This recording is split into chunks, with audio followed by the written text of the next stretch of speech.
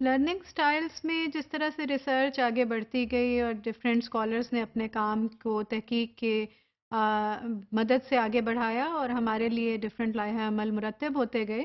اس میں جو different researches ہیں جیسے کولب کا کام تھا اور بہت ساری اور ریسرچز ہیں جنہوں نے لرننگ سٹائلز کو امپورٹنس کو انہانس کیا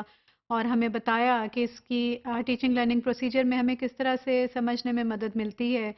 ڈفرینٹ لرنرز کے سٹائلز کی مدد سے، اس کے نالج کے ذریعے سے ہم اپنے پروسیجر کو کیسے بہتر بنا سکتے ہیں۔ اس میں جو ایک اور اہم تحقیق کی گئی وہ فلیمنگ کی تحقیق ہے، جس کو کہ وی اے کے یا وی اے آر کے ماڈل وارک یا ویک کے نام سے بھی جانا جاتا ہے۔ اس تحقیق میں جو فلیمنگ کا جو پوائنٹ آف ویو تھا، جو انہوں نے 1987 میں اپنا کام یہ پریزنٹ کیا، اس میں انہوں نے بیسیکلی یہ کلیم کیا کہ perceptual strength relates to auditory, visual, textual اور kinesthetic learning is important، اور وہ لرننگ کے پروسیجر کو ریفائن کرتی ہے، ڈیفائن کرتی ہے، اس کو ٹیون کرتی ہے، ماڈیفائی کرتی ہے، اس کو اسٹرینتھن کر سکتی ہے۔ فلیمنگ نے 1987 میں ہی developed a list of perceptual factors designed to help students learn more about their individual learning preferences۔ سو انہوں نے ڈفرینٹ ایک لسٹ شیئر کی، ایک ڈفرینٹ طرح کی کیٹیگرائزیشن شیئر کی، اور بیسیکلی ان کا جو مین ٹارگیٹ آڈینس تھا یا گروپ تھا وہ اسٹوڈنٹس تھے،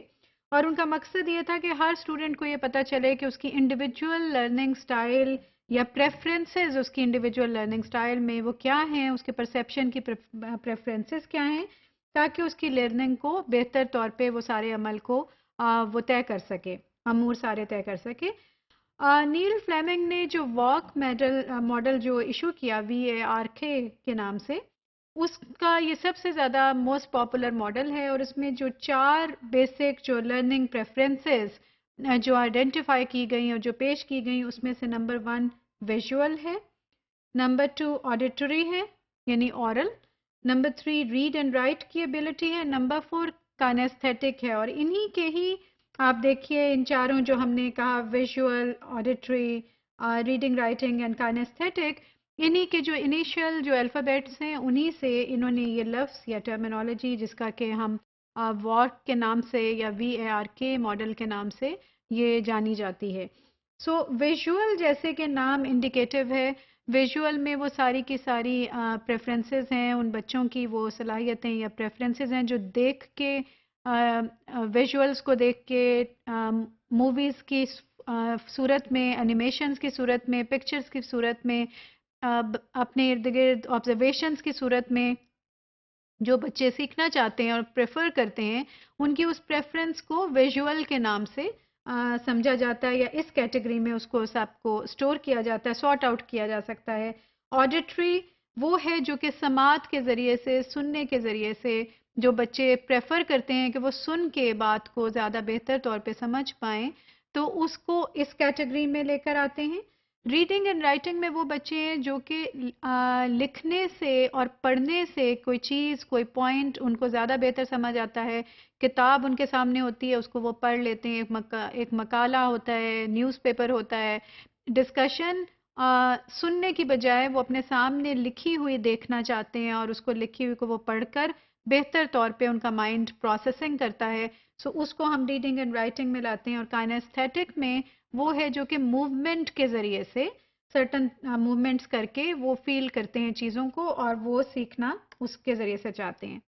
ان میں سے ہر ایک پریفرنسز کی اسٹرینتھس ہیں، اور ہر ایک پریفرنسز کے مطابق ہمیں اپنی کلاس رومز میں لرنرز دیکھنے کو ملتے ہیں۔ فار ایگزامپل آپ ویژول کو اگر اٹھائیں تو ویژول میں اس نے جو لسٹ آف ایکٹیویٹیز یا پریفرنسز ہمیں ان کی ریسرچ سے حاصل ہوتی ہے فلیمنگ کے کام سے اس ماڈل میں، اس میں انہوں نے کہا کہ یہ وہ لرنرز ہیں، یہ اسٹوڈنٹس کیا کرتے ہیں کہ they like seeing pictures for example flow charts diagrams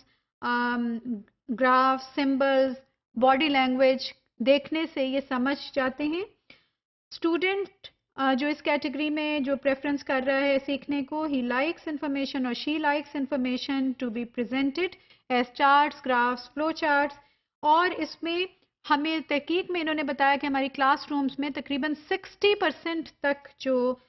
لوگ ہیں یا عام زندگی میں جو 60% تک لرنرز ہیں وہ ویژول لرنرز کی کیٹیگری میں آ سکتے ہیں، یعنی وہ دیکھ کے چیزوں کو بہتر طور پہ سیکھ سکتے ہیں۔